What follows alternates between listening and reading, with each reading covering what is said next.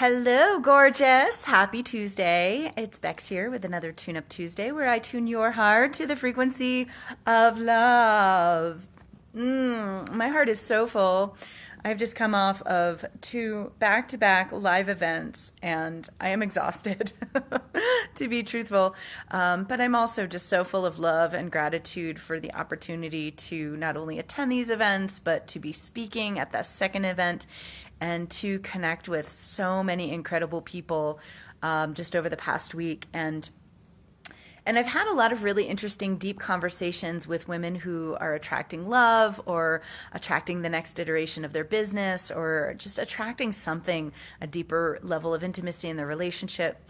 And one of these conversations I thought was so fascinating and really supports the work that I do. And I really wanted to share it with you because I know that she's not the only one that struggles with this issue. And I wanted to share it with you because I think you'll get a lot out of it. So, one of the things that really comes up for especially driven, ambitious women, the women that are in my audience, the women that I serve, is that we're so good at so much of what we do. We're just like, we're nailing it. And like, if we don't nail something that we are trying to achieve in our life, then we buckle down and double down and we do whatever it takes to accomplish that goal. So, and I talk about this a lot. I mean, this works in our businesses, this works in our careers, this works in our finances, this works in a lot of different areas. But it tends not to work so well in creating lasting, loving partnerships, or it doesn't tend to really work well in a lot of interpersonal relationships in general. And I was speaking with this one woman who, she's a fucking badass at what she does, top of her field. She has a great income. She has a moderate amount of success in her life.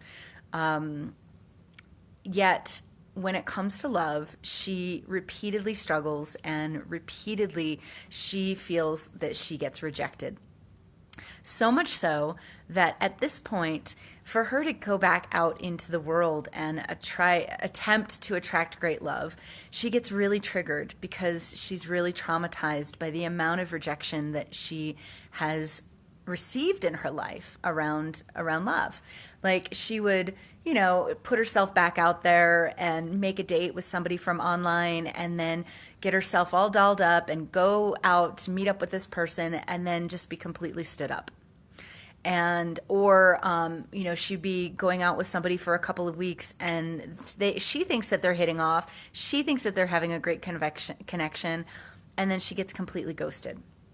So I know that there are people out there who have a series of events like this where, whatever they do, no matter what they're trying, no matter how they're putting themselves out there, their experience is of rejection over and over and over again. So she's at the point where, she's in her early 40s and she's just decided that she could be using her time, like spending her time in far more effective ways. Like she knows that she goes to spend 20 minutes online on an online dating platform, she's not going to have the results that she wants. Versus if she goes and spends that 20 minutes in her business, she knows that she has like specific and measured guaranteed results that she can count on. And not only this, but this history of rejection after rejection after rejection is not only memorized in our brain and our memory, but it's memorized in our body.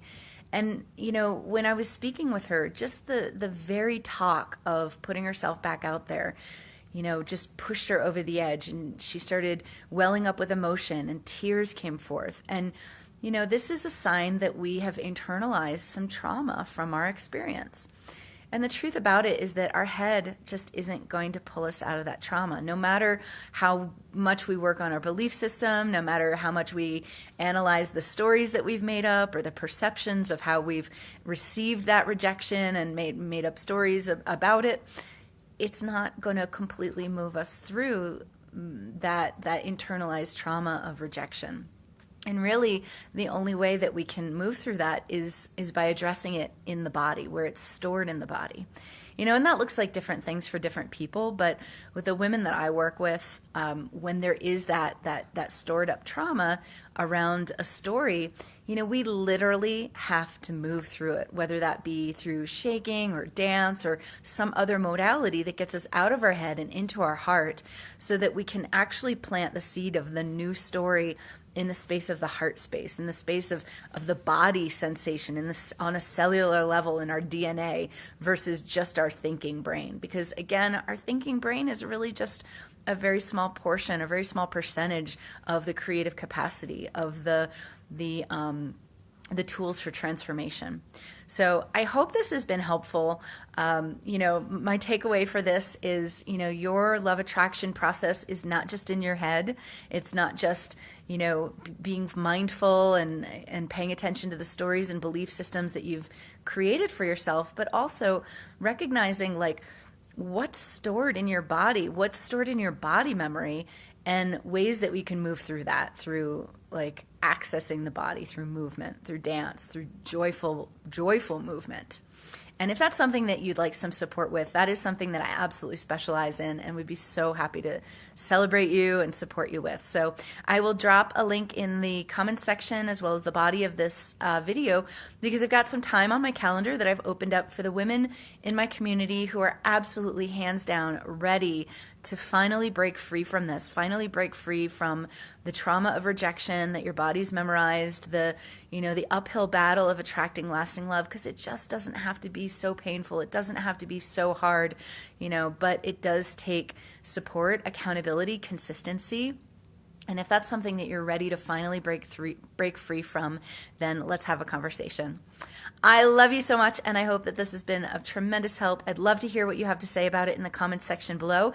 If you have a situation, a question about your love attraction journey, by all means, shoot me a direct message, and I'd be happy to answer your question on a future Tune-Up Tuesday.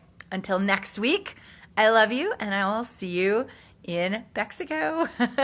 Bye for now.